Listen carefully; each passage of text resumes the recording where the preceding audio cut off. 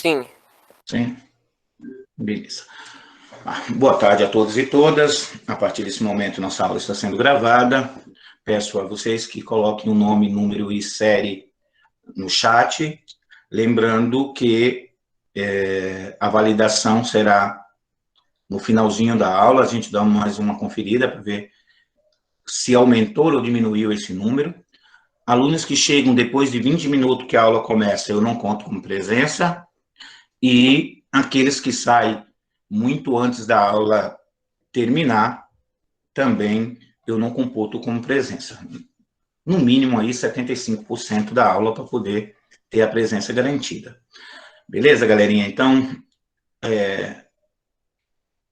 eu vou começar a apresentação dos slides, lembrando que vocês já receberam as devolutivas via e-mail. Então, para ganharmos tempo, tanto para você quanto para mim, para não ficar muito cansativo, eu vou fazer como na aula anterior, não vou ficar lendo as questões, somente as dissertativas ou discursiva, se preferirem assim, que eu vou fazer a leitura e só as respostas das demais, somente a alternativa que foi correta. Se caso alguém tiver alguma dúvida sobre a correção da atividade de vocês, é só falar que a gente, se for algo que seja aberto, beleza, se não for, nós conversamos no particular. Outra coisa, pessoal, nessa última atividade, sempre tem, mas nessa teve alguns casos gritante, como, por exemplo, um aluno que de 10 pontos errou os 10. Então, não escolheu uma alternativa correta. Outros 2 que só acertaram 1 ponto e um que acertou, um ou foi 2 que acertou 2 pontos.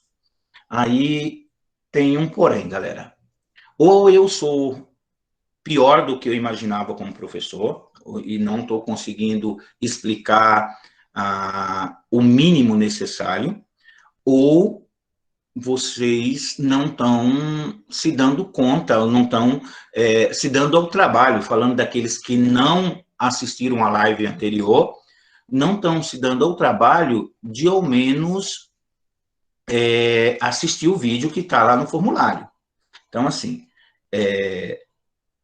dúvidas, professor, eu não sou de humanas, tenho dificuldade em história, eu até consigo entender, mas de 10 pontos não acertar nenhum, ou eu sou muito ruim, ou vocês não estão, vocês, aqueles que está acontecendo isso, ou que recebeu o feedback com essa situação, não vou expor o nome de ninguém, a intenção não é essa, mas aquele que isso aconteceu, depois só me procura no privado e veja, professor, houve um erro, não respondi por responder, ou eu não estou entendendo nada, que aí eu vou pensar em uma forma de... Só um minutinho.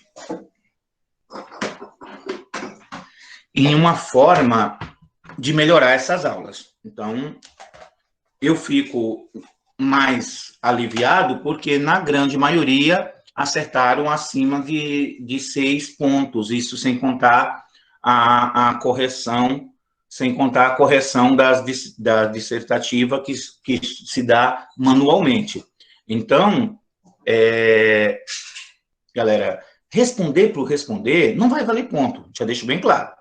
Um aluno que zera não vai constar lá como fez. Para mim é a mesma coisa de não ter feito, porque tinha questões muito óbvias, que eu, além de mandar o vídeo para vocês, eu mando os PPTs da aula. Então, na hora de responder, desse ao trabalho de pelo menos dar uma olhada lá nos PPTs se não responde. E se caso realmente tiver com dúvida, antes de responder, por gentileza, professor Ari, me ajuda nessa. Tá aí Pedrinho, Daniel, Vitor e outros que sempre me procuram quando tem alguma dúvida, que não me deixam mentir. Sempre que tem dúvidas, eu procuro tirar essas dúvidas. Às vezes não de imediato. Às vezes os meninos ficam um pouquinho de castigo, porque a gente está fazendo outras coisas, né? A vida tá acontecendo. Às vezes mandam uma pergunta para mim e eu não consigo responder de imediato, mas sempre que eu tenho um tempinho, eu respondo. Então, se está com dúvida, antes de responder, me pergunte. Lohane também está sempre perguntando.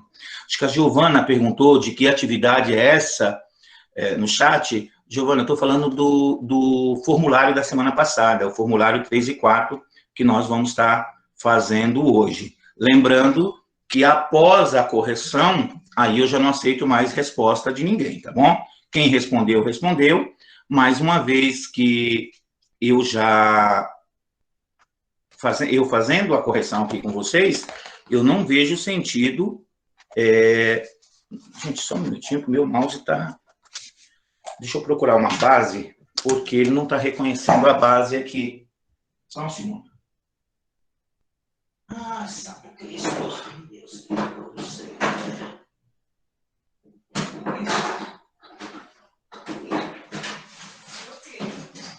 Ele está fugindo do trabalho. Deixa eu ver se ele reconhece a base aqui, porque como minha mesa é de vidro, ele não está reconhecendo. Só um minutinho. Opa.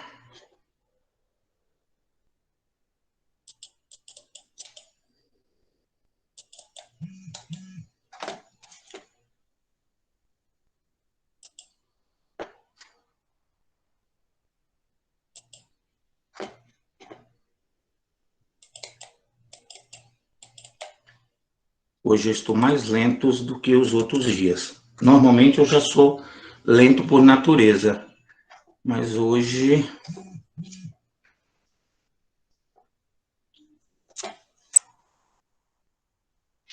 Aparece para vocês, pessoal, o PPT? Sim, professor. Ok. Então, só retomando, a Giovana aqui tinha perguntado no chat de que atividade eu estava falando dessa atividade que nós vamos fazer correção agora, que é o formulário 3 e 4, que tinha como tema Império Napoleônico. Miriam, recebe o remédio que eu pedi. Recebe lá para mim. Tá, peraí. Já vai! Vamos lá.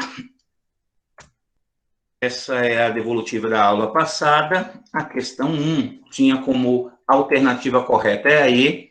Eu não vou fazer a leitura, como já falei anteriormente, para nós ganharmos tempo. Na questão 2, a alternativa era A. Se teve alguma dúvida, professor, nessa eu respondi tal e não entendi, pode falar agora que eu volto, tá? Na questão 3, a alternativa era D. Na 4, a alternativa era C. Na 5, C novamente. Na 6, a alternativa era D. E na 7, a alternativa era E. E a 8, a alternativa A. E essa seria a questão dissertativa, ou discursiva, assim como vocês preferirem. E aqui eu só retomando com vocês, que nesse caso aparece errado para todos vocês. Então, todos vocês apareceu como errado essa alternativa, porque, como eu falei para vocês, não conseguimos dar a resposta. A pergunta seria a seguinte: sobre o bloqueio continental, explique o que ele determinava e qual o objetivo de Napoleão ao decretá-lo. Então, por quê? O que é que continha? Qual eram as restrições que tinha no bloqueio continental e qual era a intenção de Napoleão quando ele fez esse decreto, quando ele criou o decreto, o bloqueio continental. Então, a possível resposta que eu deixei como opção para vocês é que o bloqueio continental foi a tentativa de impedir que a Inglaterra pudesse negociar com qualquer país da Europa continental. Napoleão tinha como objetivo fortalecer a economia francesa e a burguesia nacional, de outro lado, enfraquecer a Inglaterra, a sua principal rival, para que no futuro a invasão fosse mais fácil, ou se tornasse necessário, pela perda de prestígio, a decadência causada pelo isolamento econômico. Então, assim, qual era o bloqueio? Impedir que as outras nações comercializasse com a Inglaterra. Quando nós falamos da Europa, está incluída a Europa e todas as colônias europeias que tinham aí pelo continente, inclusive sobre o continente americano, sobre o continente, a nossa América aqui. A intenção, como nós sabemos, a Inglaterra, ela é uma ilha, o acesso a ela é só via mar, e naquele momento a Marinha Britânica era a top da galáxia, era a toda poderosa, a Marinha Inglesa era considerada a Marinha invencível, ou seja, invadir a Inglaterra era algo muito complicado para Napoleão. Então, o que é que ele faz? Eu vou enfraquecer economicamente, vou sufocá-los ao ponto de que eles vão se tornar cada vez mais fracos, e aí permite a nossa invasão. Ou se não fosse necessário, com a decadência inglesa, que eles se submetessem à vontade francesa, ao domínio francês. Lembrando que, nesse momento, a Inglaterra era para o mundo o que os Estados Unidos é para o mundo hoje, era aquela toda poderosa, a maior economia, a Inglaterra estava ali com a industrialização inglesa era muito forte, então a França vem surgindo ali com um oponente, a França queria tomar o lugar da Inglaterra, e por isso Napoleão vai criar todo esse embargo, que, como nós sabemos, foi um tiro no pé de Napoleão, porque ele criou situações para a própria desobediência de alguns países, inclusive deles mesmos, que ainda não tinham uma indústria forte. A industrialização, a burguesia francesa ainda não era forte o bastante para disputar diretamente com a Inglaterra. Então, ele quis se enfraquecer, causando aí o bloqueio, ou criando o bloqueio continental. A nossa aula de hoje é uma sequência da aula anterior, o processo de independência e formação territorial na América Latina. Nós vamos falar um pouquinho aqui sobre, basicamente, a América Espanhola e a América Portuguesa, no caso o Brasil, e o Haiti, que era uma colônia francesa. Então, é desse processo que nós vamos falar agora, lembrando que é uma consequência indireta da Revolução Napoleônica, da Revolução Francesa. Então, indiretamente, quando Napoleão, o Império Napoleão começa a dominar a Europa, ele vai criar o ambiente favorável à independência aí das Américas. Lembrando aí que a América inglesa, que os Estados Unidos, ele vai conseguir a sua independência no século XVIII e o restante da América no século XIX. Então, consequência da Revolução Francesa e do Império da Expansão Napoleônica. Até aqui tudo bem para vocês, galera? Tudo bem, professor. Ok. Tranquilo, Ari. Beleza. Qualquer dúvida, se eu estiver indo rápido ou se alguém estiver pedindo para entrar e eu não conseguir ver aí, vocês vão me avisando, por favor. O objetivo, então... Opa, me ajudem aí, galera, que eu não consigo ver aqui, tá?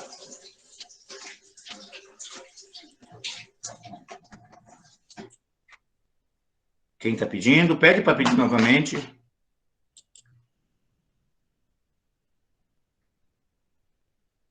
Era só a Giovana? Ó, vou retornar, então. Oi? Eu vou retornar, então, e... Ah, não, tem a Priscila aqui, só um minutinho. Amor, todo barulho que você fizer aqui, tá?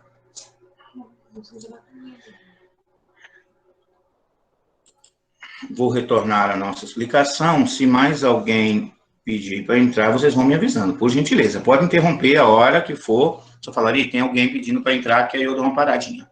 Após essa aula, os educandos devem estar aptos a compreender os fatores sociais, econômicos e políticos, culturais do processo de independência, compreender os fatores sociais, econômicos, políticos e culturais do processo de independência e da formação do território da América Latina, e a formação do território da América Latina, reconhecendo como principais características do processo de independência das colônias europeias na América.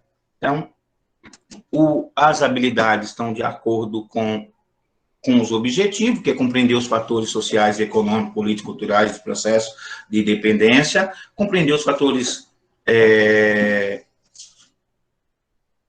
o processo de independência e a formação da América Latina, na formação ali, após as invasões napoleônicas. Processo de independência da América Espanhola. O contexto histórico que nós estamos falando, como eu já falei para vocês, nós estamos dentro do século XVIII, ali com o chamado século das luzes, ali com o surgimento da ideias iluministas, que vai contagiar toda a Europa. Como a América são colônias europeias, essas ideias vão chegar também na América, como inspirando aí as revoluções. Então, essa mudança do século XVIII, crescimento demográfico, crescimento na produção, crescimento do comércio internacional, principalmente, nós estamos falando aí do comércio com a Inglaterra, a Portugal e Espanha já não dominavam mais o comércio colonial, a Inglaterra e a França participavam ativamente desse comércio, junto dos produtos vinham as ideias e fomentavam a busca de emancipação política dos vice-reinos coloniais. Então, vamos lá. No começo da colonização, as colônias só podiam comercializar exclusivamente com a sua metrópole.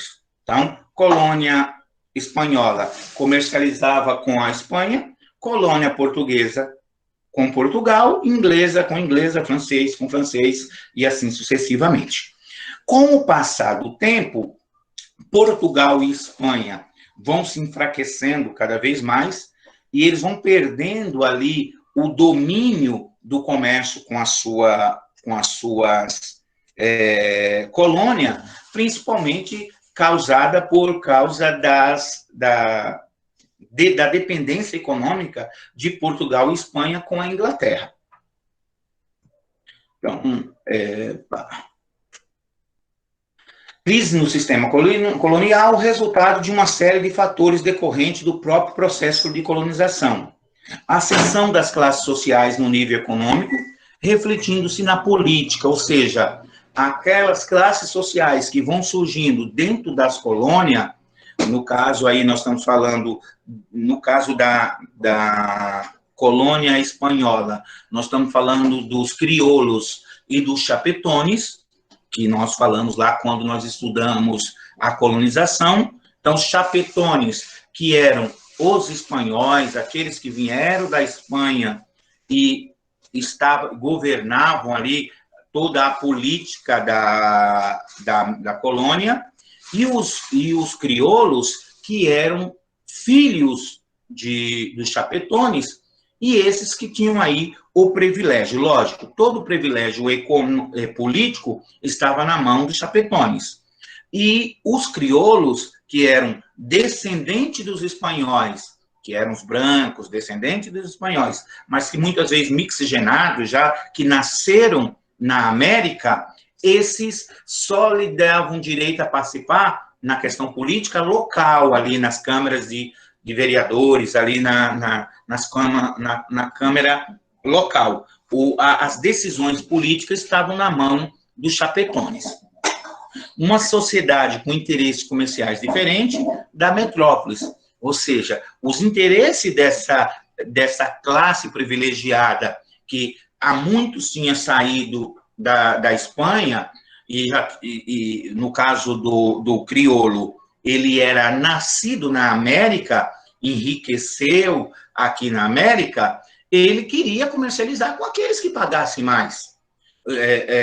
O que contrastava com os interesses da colônia, da metrópolis, que a metrópolis, ela pagava o que queria. Olha, há uma possibilidade de eu negociar com a Inglaterra, há uma possibilidade de eu negociar com a Espanha, ou melhor, com a França. Então, esses grupos sociais começam aí a divergir dos interesses comerciais dele.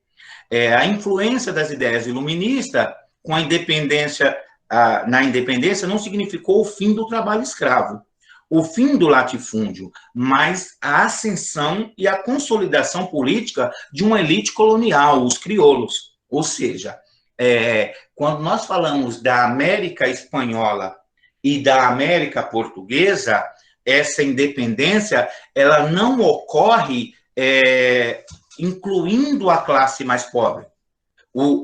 A mudança de independência, para a luta pela independência, ela é uma luta das classes sociais privilegiadas, principalmente divergindo do Haiti. O Haiti é a única, pelo menos que eu conheço, que eu me lembre, é a única independência, é a única revolução que vai ter, uma revolução escrava. O Haiti são os escravos que vão dominar, eles vão matar os fazendeiros franceses, lá, a elite francesa que dominavam, e eles vão declarar a independência. Então, o que acontece com as outras colônias? Há um medo dessa elite. Opa, se a moda pega, o que vai acontecer conosco? Se a classe mais pobre, se os indígenas, que era a maioria da América Espanhola, a maioria do trabalho, da mão de obra, era indígena. Houve a escravidão africana, mas não tão intensa quanto no Brasil. Então, no caso dessa classe mais pobre, se ela toma gosto pelo poder, aí mudaria a situação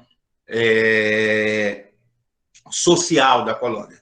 Então, essa mudança, essa independência, ela era um desejo de uma elite que desejava apenas a liberdade econômica. Não estava ali querendo mudar uma questão, não queria mudança social. A mudança deles era econômica, deixar de ser dependente da metrópole.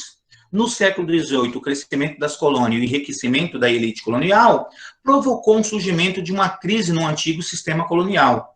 Os colonos estavam desejosos por liberdade, para poder comercializar livremente com vários países. Os interesses dos crioulos, descendentes de espanhóis nascidos na América, no livre comércio, coincidiu com dos industriais ingleses, pois viu a emancipação política das colônias espanholas na América como uma possibilidade de abertura de novos mercados e aumento de lucro. Então, olha lá as ideias iluministas surgindo. A ideia de liberdade, mas estou falando da liberdade econômica, e a ideia de livre comércio. Olha, não tem por que a gente ficar dependente de uma metrópole, de um rei que está pouco se lixando para nós. O rei está cuidando da metrópole. E o interesse deles, necessariamente conosco, é na exploração. Só que agora, eu já não estou... A crise do antigo regime, causado lá pela Revolução Francesa, onde os reis vão perder o seu poder, onde os reis que se mantêm no poder não é mais de forma absolutista, o poder vai ser enfraquecido. Com essa mudança que está acontecendo na Europa, surge aí um momento propício para nós buscarmos por uma independência. Ligo a isso o interesse da Inglaterra, que queria mais comércio. A Inglaterra queria mais países para comercializar, porque se eu produzo muito, eu tenho que vender. Olha, uma colônia que só comercializa com a sua metrópole limita o meu comércio. Eu tenho que vender para Portugal e Portugal revender para as colônias. Então, diminuía o lucro. Se eu fizer uma ligação direta de vendas com as colônias, aumenta sim meu lucro. Então, é essa aí o jogo de interesse entre ingleses e colonos. Múltiplos fatores contribuíram para essa crise, dentre eles podemos destacar a opressão espanhola para sustentar a guerra, a monarquia espanhola aumentou os impostos nas colônias. Então, a Espanha, vocês lembram que quando Napoleão Bonaparte vem invadir Portugal, ele se alia ao rei espanhol, mas quando ele chega em Portugal, que ele encontra o trono vazio, que Dom João foge para o Brasil, Napoleão não perdeu a viagem. Na volta, ele já passa pela Espanha novamente, destitui o rei e coloca seu irmão no lugar.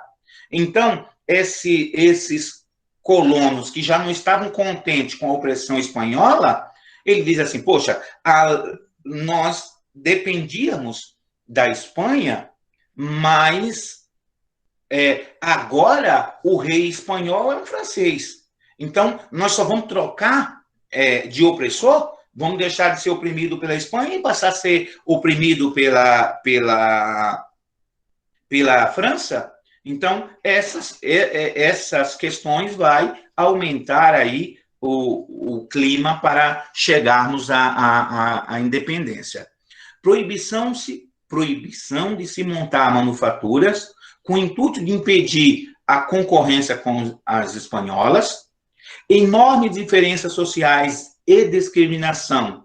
Uma maioria brancas, os chapetones, nascidos na Espanha, e os crioulos, descendentes de espanhóis, nascidos na América, dominavam uma maioria composta por indígena, mestiço e afrodescendente.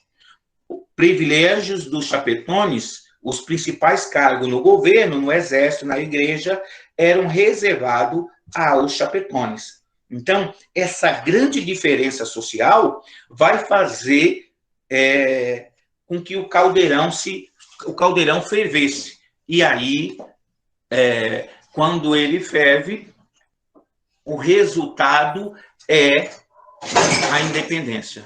Ô, professor. Oi. Só me perdoe, gente, que minha mulher hoje ela chegou estabanada. Pode falar, Pri. É Pri ou Lohane? Não, é a Lohane. Desculpa, pode falar, Lohane. Ô, professor, esse que você falou que só foi para cima e mais além, era um preconceito que eles tinham sobre a raça? Preconceito e, além do preconceito, o grande privilégio que esses tinham. Porque não era só um preconceito de raça, mas até da questão de nascimento. Porque crioulos, mesmo se o crioulo fosse filho, nós estamos falando, quando a gente fala de crioulo, não tenho a ideia lá do preconceito do crioulo como um negro mestiço. Na questão espanhola, crioulo era qualquer um nascido fora da Espanha. Ou seja, a sua mãe poderia ser espanhola, seu pai ser espanhol. Mas como você nasceu na América, você não era um chapetone, você era um crioulo.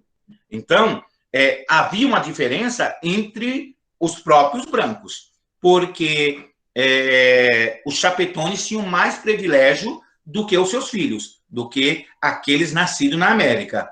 E, lógico, os demais que nós estamos falando aí, dos descendentes de nativos, os nativos da terra, e os descendentes os afrodescendentes, esses não tinham direito nenhum.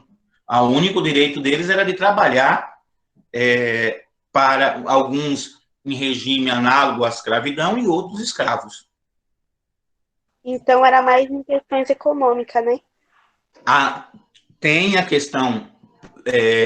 questão racial também, porque, lembre, o nativo era visto como selvagem, o negro como um não humano, isso daí sempre existiu, o preconceito sempre existiu, mas, assim, na questão do privilégio, além do preconceito racial, havia também a questão do nascimento, né?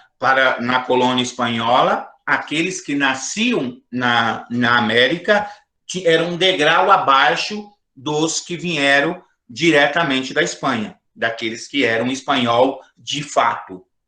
Ah, entendi. Ok. Lutas pela independência. Por meio de várias revoltas emancipacionistas, ocorrida entre 1810 e 1828, diversas áreas da América Espanhola foram conquistando sua independência.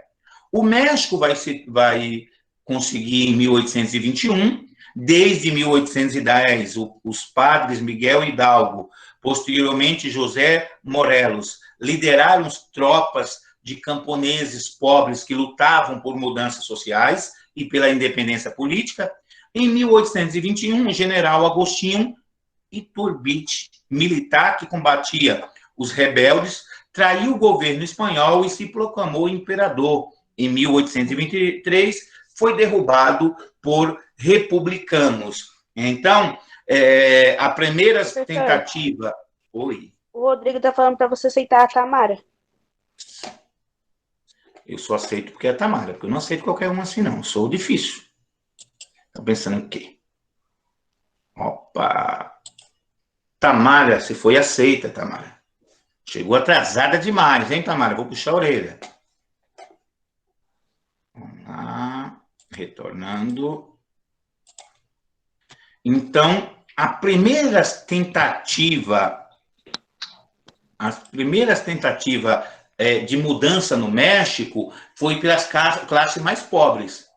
As classes mais pobres, junto aí com o padre Miguel Hidalgo e depois com José Morelos,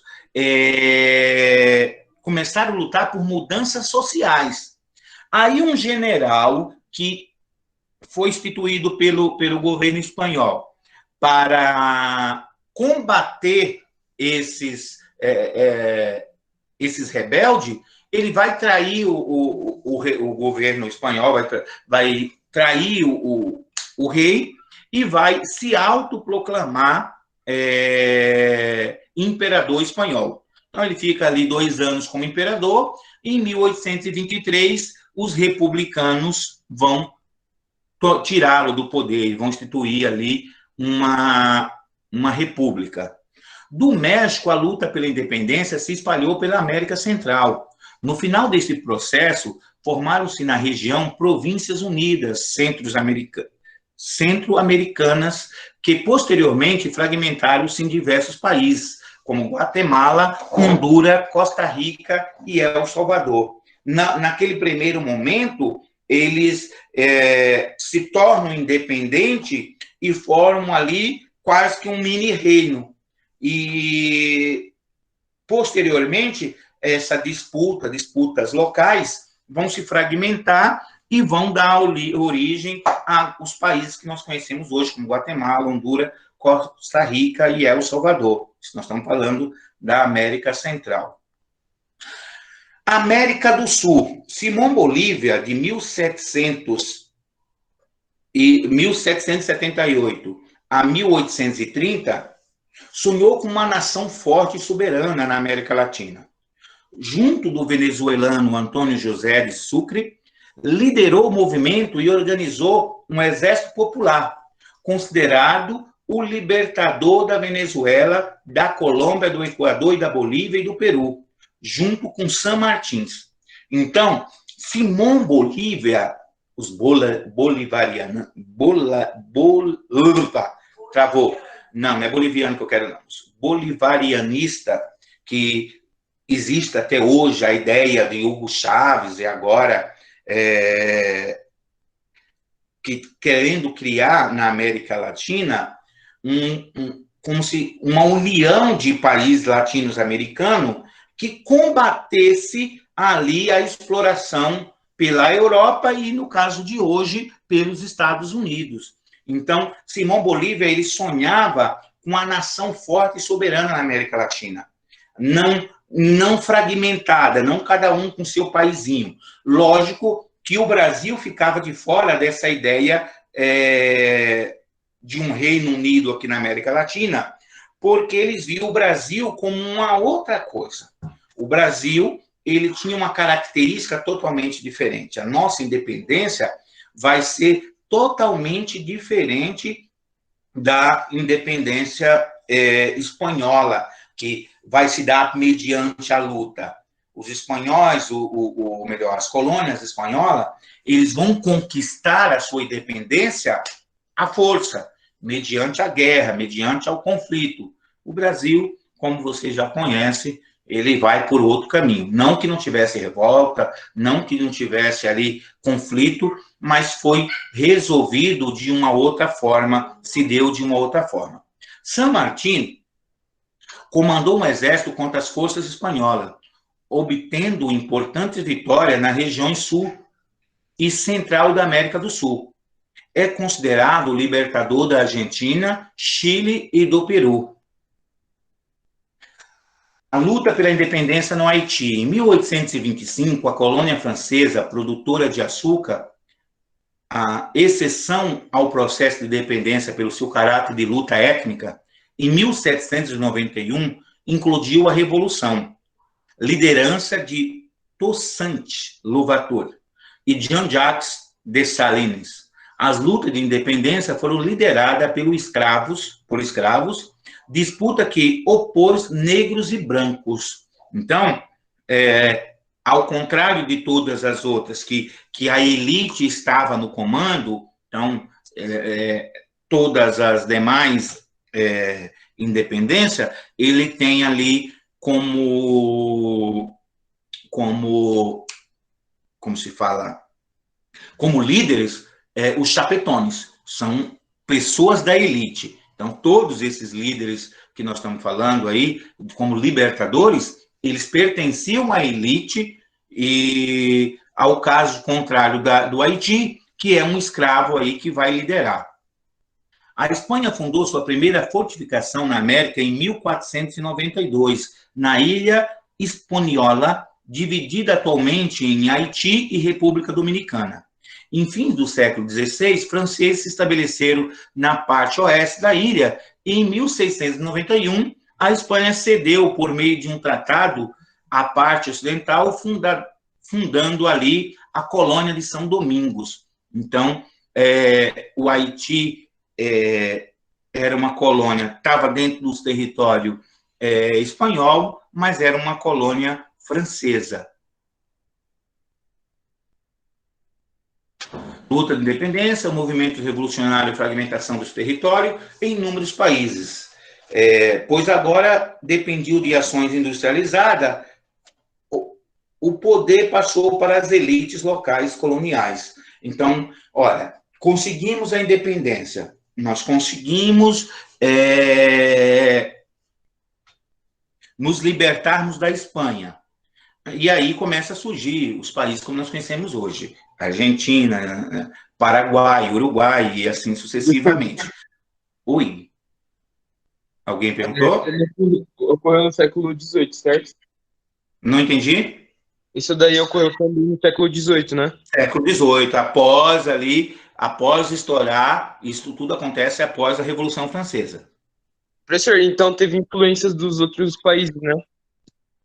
Uma influência total ali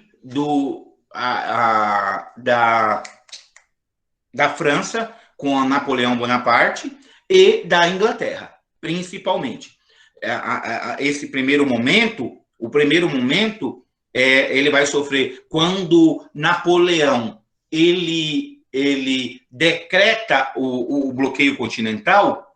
Portugal, como nós estudamos, Portugal, que era dependente economicamente da Inglaterra, ele desobedece. Desobedeceu, ele tenta invadir Portugal. Quando chega em Portugal, Dom João foge para o Brasil, que já vai ali criar o ambiente para a independência brasileira. A vinda de Dom João para o Brasil vai criar já aí meios para a independência brasileira. Quando Napoleão invade, destitui o rei espanhol, que até então era um aliado, e ali ele tira um dos últimos reis absolutistas que tinha ali naquele pedaço, o rei espanhol, ele governava com mão de ferro ali as suas colônias, apesar de já não ter mais a mesma força do início, mas ele mantinha. Quando Napoleão tira, aí ele, opa, aqueles que já estavam descontentes, porque assim, no começo, Vitor, quem veio para a América eram pessoas ligadas diretamente à coroa, os governantes, vamos falar assim. Então, no caso do Brasil, as pessoas que vinham recebiam carta de doação de terra lá do rei, deviam obediência ao rei e tal, e tinha que pagar o imposto de tudo aquilo que conquistasse na América. À medida que essas pessoas vão, o tempo vai passando, tanto no caso do Brasil como da América Espanhola, essas pessoas que vão nascendo aqui, cada vez mais eles vão perdendo a identidade com Portugal. Eles vão perdendo aquela relação. Os chapetones ainda eram muito ligados à Espanha. Assim como no Brasil, tinha, no caso do Brasil, o governo, o Partido Português e o Partido Brasileiro, o Partido Liberal Brasileiro. Qual era? O Partido Português era aqueles portugueses que vieram de lá para cá. Os que eram o Partido Liberal Brasileiro, que na novela que acabou esses dias aí, retrata essa disputa ali no período da independência, esses liberais brasileiros eram filhos de portugueses. Só que era assim, eram da elite, eram pessoas que enriqueceram com o comércio aqui. Só que chega uma hora que fala, pô, por que nós vamos ficar dependentes da metrópole o tempo inteiro, se tem como nós ganharmos mais dinheiro negociando diretamente com outros países, que nesse caso aí era a Inglaterra. Posteriormente, os Estados Unidos começam também a entrar nessa disputa, porque os Estados Unidos não eram o que é hoje, mas eles também já eram, principalmente a parte norte dos Estados Unidos, já eram industrializadas, já tinham as manufaturas. Então, esse comércio, as ideias liberais, as ideias do iluminismo, vai chegando aqui. Não era só não era só os objetos que eram fabricados na Inglaterra que chegaram aqui. As ideias também chegaram. As ideias da Revolução Francesa começam a chegar aqui. Opa, tem como. Se deu certo lá na França, pode dar aqui também. No caso aqui da América Portuguesa, a lógica foi outra. O libertador brasileiro era Dom Pedro. Dom Pedro I foi o nosso libertador. Foi ele quem proclamou a independência do Brasil. Então, vocês vão ver que, no nosso caso, é uma independência muito dependente de Portugal. Porque Dom Pedro, ele proclama a independência, mas pouco tempo depois ele retorna para assumir o trono português e deixa no seu lugar o seu filho, Dom Pedro II, com 5 anos de idade. Então, havia ali um processo totalmente diferente. Vai haver lutas por a independência, mas que foram, no caso da Revolução Pernambucana, na Revolução do Equador, Revolta do Equador, elas foram suprimidas pelo governo, pela família real. Então, assim, vamos chegar aqui na ideia, na casa do Brasil. A vinda da família real para o Brasil ocorreu em virtude das lutas entre França e Inglaterra. Tá vendo? Na disputa entre França e Inglaterra, Portugal vai ficar do lado da Inglaterra, Napoleão vai invadir o Portugal. Como não conseguiu vencer os ingleses pelas armas, decretou o bloqueio continental em 1806. O bloqueio deixou Portugal numa situação delicada, pois dependia economicamente da Inglaterra. Portugal não desobedeceu o bloqueio continental à toa. Eles eram dependentes da Inglaterra financeiramente. A saída acabou sendo transferência da família real para o Brasil. Então, olha, Aqui é um quadro de Portinari, a chegada da família real na Bahia, esse quadro é de 1953. Então, representa a chegada da família real no Brasil. Então, o Brasil passa ali pela administração joanina no Brasil. Em 28 de janeiro de 1808, Dom João VI decretou a abertura dos portos às nações amigas. Independência econômica do Brasil em relação a Portugal. Olha, o Brasil era totalmente dependente de Portugal. Como Dom João chega ao Brasil, e como ele veio para o Brasil ajudado, financiado pelos ingleses, escoltado pela marinha inglesa, Dom João, quando chega no Brasil, ele abre os portos às nações amigas. A nação amiga que nós estamos falando, da Inglaterra, principalmente. Um grande alívio para a economia inglesa, sufocada pelo bloqueio continental. Em 1810, Dom João VI assinou o Tratado de Aliança e Amizade, e o Comércio e Navegação. Então, esse Tratado de Aliança e Comércio e Navegação, em 1810, dá plena liberdade religiosa para os ingleses que aqui residem. Ingleses seriam julgados por juízes ingleses. O governo português se comprometia em abolir gradualmente a escravidão. Olha, isso nós estamos falando em 1810. Olha quando começa a promessa da libertação dos escravos. 1810, eles se comprometem em libertar gradativamente, acabar gradativamente com a escravidão. Isso só vai acontecer em 1888, são 78 anos depois. Por que que nós estamos falando aqui? Havia um interesse dos ingleses pela libertação do escravo. Porque havia uma concorrência desleal com os produtos portugueses ou brasileiros. Porque o produto que era produzido por escravo, logicamente, sairia mais barato. É o que acontece com a China hoje. Se não tem leis trabalhistas, eles conseguem produzir mais barato, conseguem vender mais barato. Mas aí a Inglaterra diz assim, poxa, em primeiro lugar, escravo não consome. E eu preciso de mercado consumidor. Os ingleses não queriam a libertação dos escravos porque eles eram bonzinhos. A ideia era, eu preciso de um mercado consumidor. Escravo não consome. Se o escravo passa a ser assalariado, ele também vai começar a comprar roupa, ele vai começar a comprar os produtos industrializados ingleses. Então, nesse acordo, nesse tratado de aliança, as taxas alfandegárias, produtos ingleses pagariam 15% sobre os seus produtos. Portugueses pagariam 16%. E as demais nacionalidades, 24%. Então, havia um acordo que beneficiava claramente o comércio inglês. O Dom João vai criar a imprensa régia, que naquela época, lembrando que as colônias não poderiam ter imprensa, não poderiam ter jornal, não poderia produzir nada intelectualmente.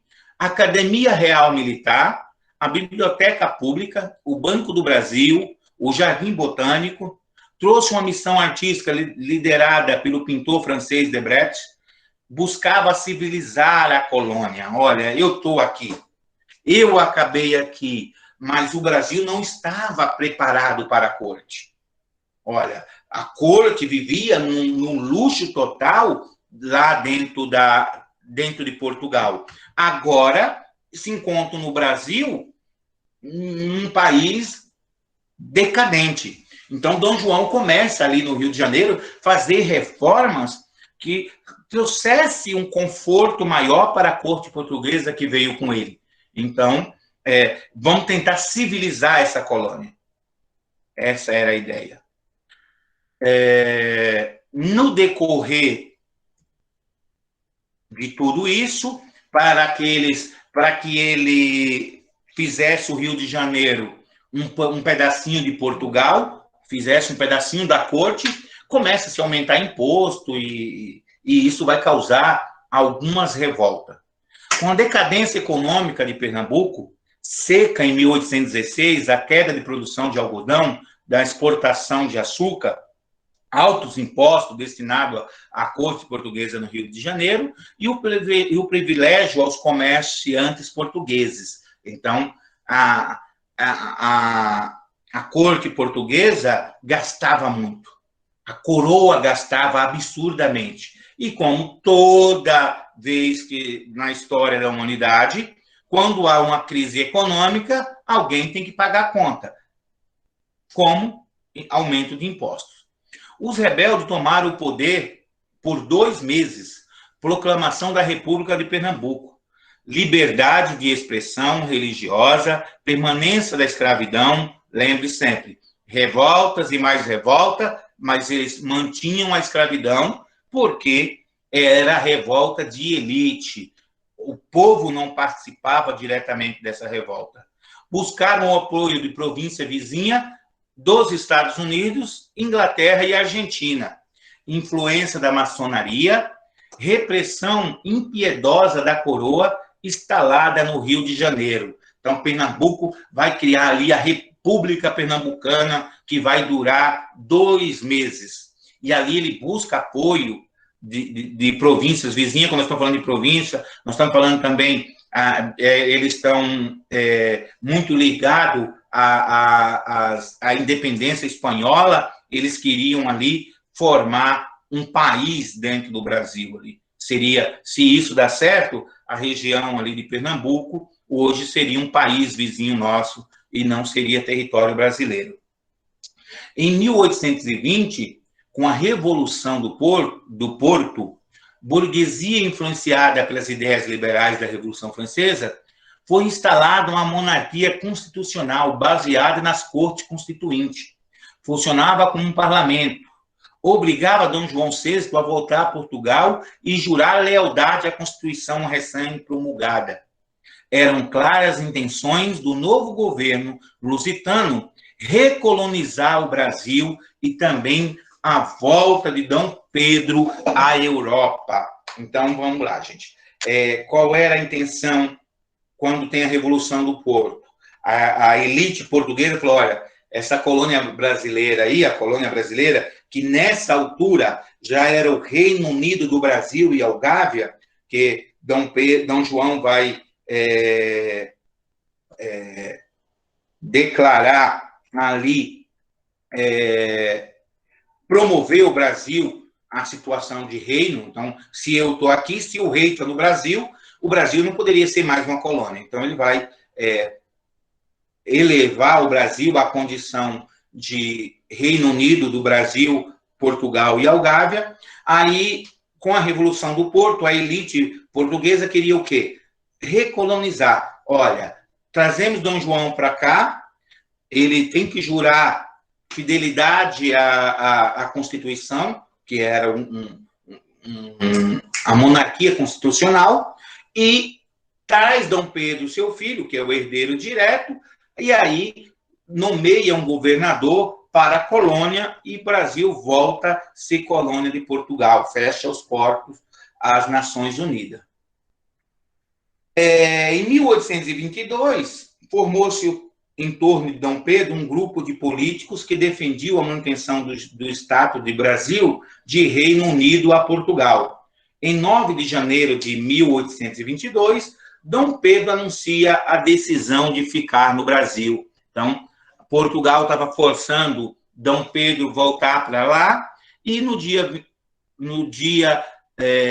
9 de janeiro de 1822, conhecido como o Dia do Fico, foi quando Dom Pedro declara a célebre frase: se é para o bem de todos e a felicidade geral da nação, diga ao povo que eu fico. E aí, esse dia fica conhecido como o Dia do Fico.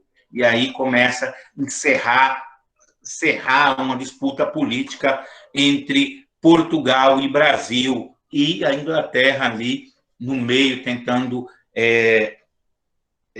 mediar esse conflito. José Bonifácio de Andrade, principal pai ideológico da independência do Brasil, considerado patriarca da independência.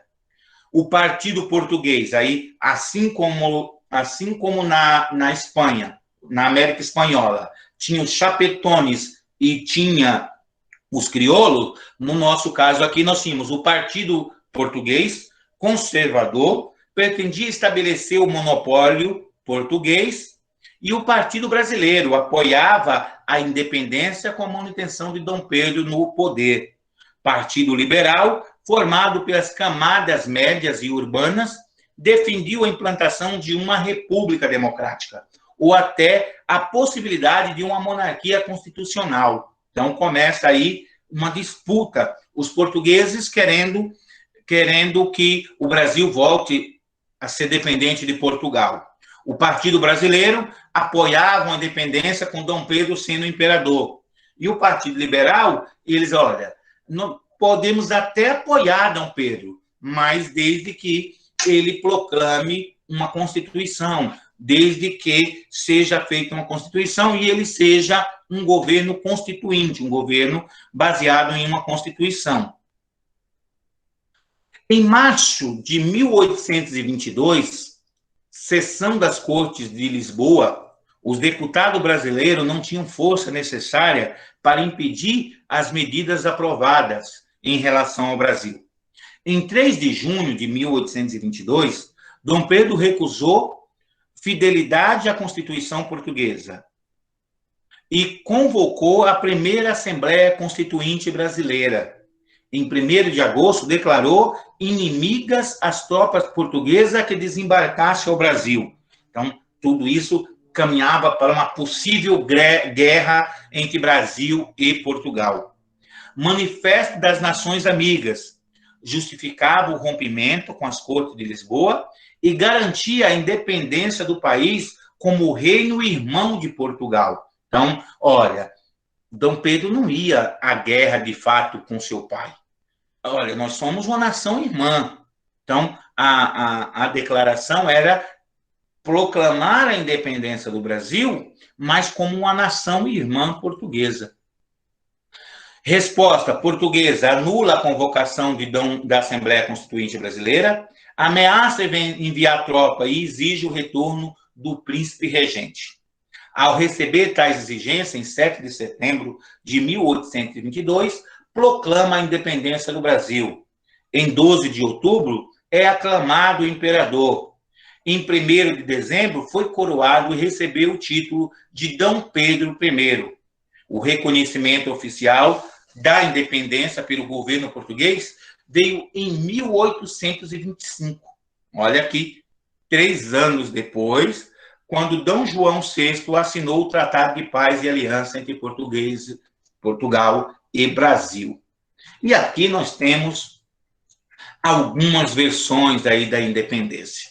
Preste atenção que toda vez, independência do Brasil, de François René, toda vez que fala da independência, que pinta um quadro da independência, você vê que há um apoio popular a Dom Pedro. Mas, de fato, essa camada popular, ela fica de fora.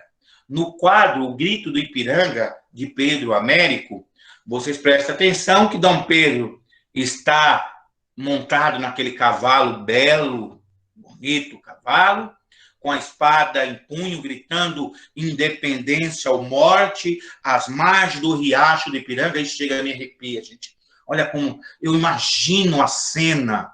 Eu tento imaginar a cena, Dom Pedro gritando independência ou morte no riacho do Ipiranga e Portugal se tremendo de medo lá depois do mar. O grito foi muito forte, gente.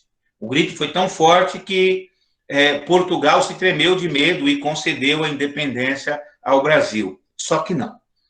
Do lado, vocês verem que Pedro Américo deixa aqui, tem a população aqui do lado. Alguns historiadores vão dizer que, de certa forma, é uma crítica à independência, onde ele está dizendo, olha, ele foi convocado para pintar a independência do Brasil, olha, eu preciso eternizar esse momento. Segundo consta, Dom Pedro estava subindo de santo, se ele vinha de santo, vinha montado em uma mula. Há relatos também que parece que Dom Pedro, tudo isso aí são especulações, eu não tenho como provar, estava com uma dor de barriga infernal, e se Dom Pedro gritou alguma coisa, foi, traga um papel que eu estou, me imagino, completem a frase. Mas Pedro Américo, ele pinta a população aqui de lado, claramente dizendo, olha, na independência do Brasil, a população mais humilde foi deixada de lado da independência. Ou seja, continua a escravidão, continua a grande dificuldade ou a grande desigualdade social. Então, um novo país com poucas mudanças. Sociedade permaneceu dividida entre latifundiário e camadas médias e urbanas, homens livres, pobres e escravizados. A subordinação econômica à Inglaterra, nós trocamos apenas de subordinado, só um minutinho. Nós deixamos de ser dependente de Portugal e passamos a ser dependentes da Inglaterra. Pode falar? Por que independência ou morte? Oi? Por que independência ou morte? Morte porque ele por causa dos escravizados? Não, independência ou morte, ou Portugal, ou nos tornamos independentes ou lutaremos até morrer. Basicamente seria isso. Ah, tá, entendi. Ou seja, eu não me renderei, independência ou morte. Ou nos tornamos independentes ou morremos lutando por isso. Essa é a ideia. Exportação com base na grande propriedade rural, monocultura escravista, mantiveram-se como modelo econômico durante o Império. Então, claramente, nós nos tornamos independentes, só que não. Nós compramos nossa independência, não houve essa cena do Riacho do Ipiranga, toda bonita, esse grito que ninguém ouviu. Se houve a cena, foi simbólica, mas a verdade é que o Brasil ele vai continuar com as mesmas diferenças. Nós deixamos de ser dependente de Portugal, passamos a ser dependente da Inglaterra, e depois anos se passaram, e nós continuamos dependentes aí hoje dos Estados Unidos e dos países de primeiro mundo. Então, só para uma ressalva, as lutas não foram por igualdade. Os ideais iluministas se restringiram à ideia de liberdade econômica, de liberdade de comércio, e a escravidão de 1822, ela vai ainda... Dom Pedro era contra, segundo consta, a escravidão. Depois, Dom Pedro II também vai ser contra a escravidão, mas eles eram extremamente dependentes dos latifúndios, dos grandes fazendeiros, que forçavam Dom Pedro a manter essa escravidão. E quando é decretada a independência, que é um motivo para outra aula, quando acaba a escravidão no Brasil, eles puxam o tapete de Dom Pedro II, instituindo aí a República, porque os fazendeiros ficaram descontentes com a perda da mão de obra escrava. Agradeço até o momento a paciência de todos vocês, até que não foi tão demorado, tá vendo? Nem doeu tanto assim. Dúvidas? Deixa eu parar aqui a apresentação. Dúvidas, lamentos? Ô, professor. Oxe, Daniel Souza? Estava aqui já? Deixa eu ver aqui. Deixa eu permitir a entrada desse Daniel. Daniel, seja bem-vindo ao final da aula. Acabou, mas seja bem-vindo mesmo assim. Pode perguntar. Quem era que ia perguntando?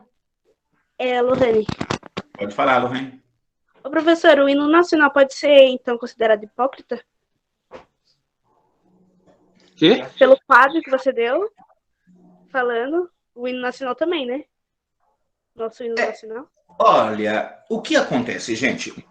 Vamos pensar aí, eu não vou nem entrar na questão do hino nacional, mas, primeiro porque as cores do Brasil, que segundo consta, trata do ouro, o amarelo representa o ouro, o azul, não sei das quantas, o verde, as nossas florestas, de fato, nada mais é do que as cores da monarquia, da família real, que aqui administrava a Casa de Bragança. As cores representam a Casa de Bragança, segundo alguns críticos. Mas a verdade era o seguinte, no caso da independência, eu tinha que contar a história da independência do Brasil. Então, todo mundo tem sua história. O México lutou, conseguiu. Portugal, ou Argentina teve luta e conseguiu. Se eu conto lá que compramos a nossa independência, que pegamos dinheiro emprestado de Portugal para pagar dinheiro emprestado da Inglaterra para pagar indenização a Portugal para que esse reconhecesse a nossa independência. Então, se você colocasse lá que a nossa independência se deu através de negociata, não pegaria bem. Então, cria-se o quadro, cria uma ideia de uma conquista heróica de Dom Pedro, a tentativa de criar um herói nacional. Essa é a grande verdade, que até os dias de hoje o Brasil é um país extremamente dependente de heróis. Essa é a grande verdade. E só para retomar aqui, antes que eu pare a gravação, aqueles torcedores de futebol aí, a Taça Libertadores da América é uma homenagem a esses libertadores que nós falamos na aula de hoje, ali, Simão Bolívar e os demais ali. Então, foi criado a Taça Libertadores da América, uma homenagem àqueles que libertaram a América do domínio das colônias, das metrópoles europeias. Agradeço a paciência de todos. Caramba, professor. Essa informação aí não sabia não, hein? Da hora de saber. Sim, sim. Por isso que o ganhador da Libertadores vai jogar o Mundial? Ah, não. Não, a relação do Mundial eu já não consigo ir tão longe. Mas a Taça Libertadores da América é uma homenagem aos libertadores da América. Isso aí é fato. Agora, a parte do Mundial aí eu não sei, mesmo porque o Corinthians teve um Mundial sem ganhar Libertadores, né? É o único caso na história. Eita, vou parar a gravação. Espera aí.